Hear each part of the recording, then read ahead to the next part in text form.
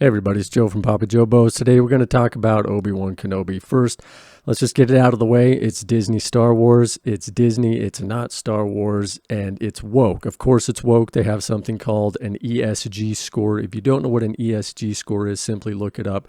All it is a list of virtue signaling and activist actions that have to happen in a movie in order for Disney to greenlight it. It's absolutely horrible. What is woke? It is cultural Marxism. What's cultural Marxism? It's just Marxist propaganda and communism. I hear a lot of people recently saying they don't like the word woke a lot.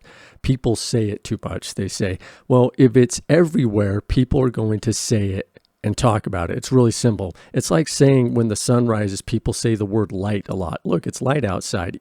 And people saying, hey, I don't like that. You're saying it too much. It makes no sense. If it's there, you're going to talk about it. You're going to say it. And it's all over in Hollywood, and Disney is leading that charge. Let's get a little bit into Obi-Wan Kenobi. Horrible show. Something that not only is it woke as all get out, and we know it is. We can see it. I can point out all the different times that it is. That doesn't matter to me right now. What matters to me most in this show is the lore breaking and the idiocy and the deconstruction of Obi-Wan Kenobi.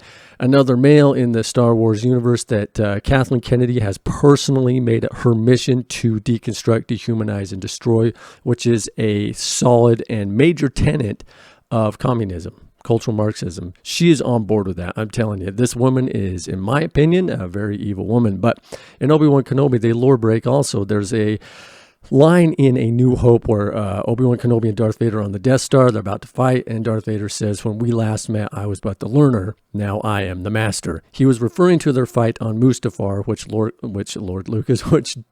George Lucas specifically made that scene referencing the other scene in Star Wars A New Hope. It was that simple, but she broke it because why not? She decided that she would get Obi-Wan Kenobi and Darth Vader fighting on Tatooine again. There's no reference to it in the movies anywhere else, but she decided to just throw it in there. What it does is it makes Darth Vader look like a total bad A. He's kicking butt.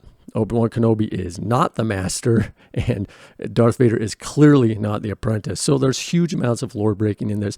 There's stupid, idiotic decisions that Obi-Wan makes based upon solely Kathleen Kennedy and her activists. Understand that. This is all about activism.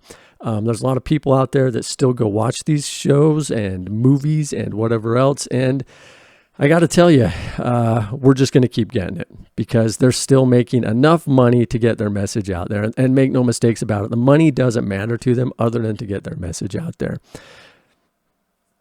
The last thing I want to talk about with this is something I talk about a lot with it, but what they've done to the fandom. First of all, you are not a misogynist or a bigot or a racist. I don't think you can say that last word on YouTube, which is why I'm pronouncing it that way, because you are none of those things that Disney says you are. They set up this bizarre thing with all their new actors and actresses that aren't white, apparently, to tell them that they're going to run into a bunch of really bad people, all those words I just said. And then the people, well, what happened with the actress playing Reva? She said she didn't reach out to them and ask them for any sort of support like this, but she went on to say all the right things and say it was good of them to do. There were a couple messages she got. Now the question is, were they real? Because it seems awfully coincidental to me that Star Wars would come out with a statement saying we resist your bad behavior, and then the bad behavior would start. I know some people might call it conspiracy. I'm putting nothing past Disney now. I wouldn't doubt it for 1 second if they set the whole thing up. But let's pretend for just one moment that maybe somebody was this bigoted and they went ahead and sent these really bad messages to this actress. So what? You ignore it. You move on with life. You don't say because 2 or 3 people did it and said it that the entire rest of the fan base that is denying and fighting against everything that you stand for are those words. And listen to me on this. This is really important. When you start to label people racist and bigot and misogynist, those are key words for communist propaganda. They do it to label you because when you label those things, there's probably one thing worse than that, maybe 2 things worse than that. One of them rhymes with grape. The other one is like, child diddling, that are worse than that. When you label people those things, you are immediately put on a target list. You are immediately put on a hit list from people that hate you. Even even if it's true or not, it's something that has happened throughout the history of time with communism. They go into a country, start labeling people. Make sure you label people. It's important.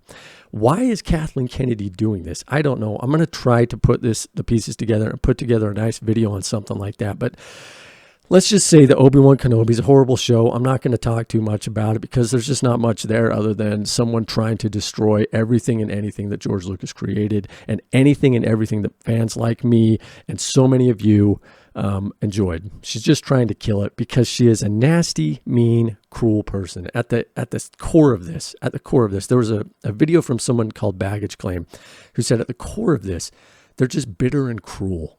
And I can't say it any better myself. They're just bitter and cruel. I'm Joe from Papa Jobo's.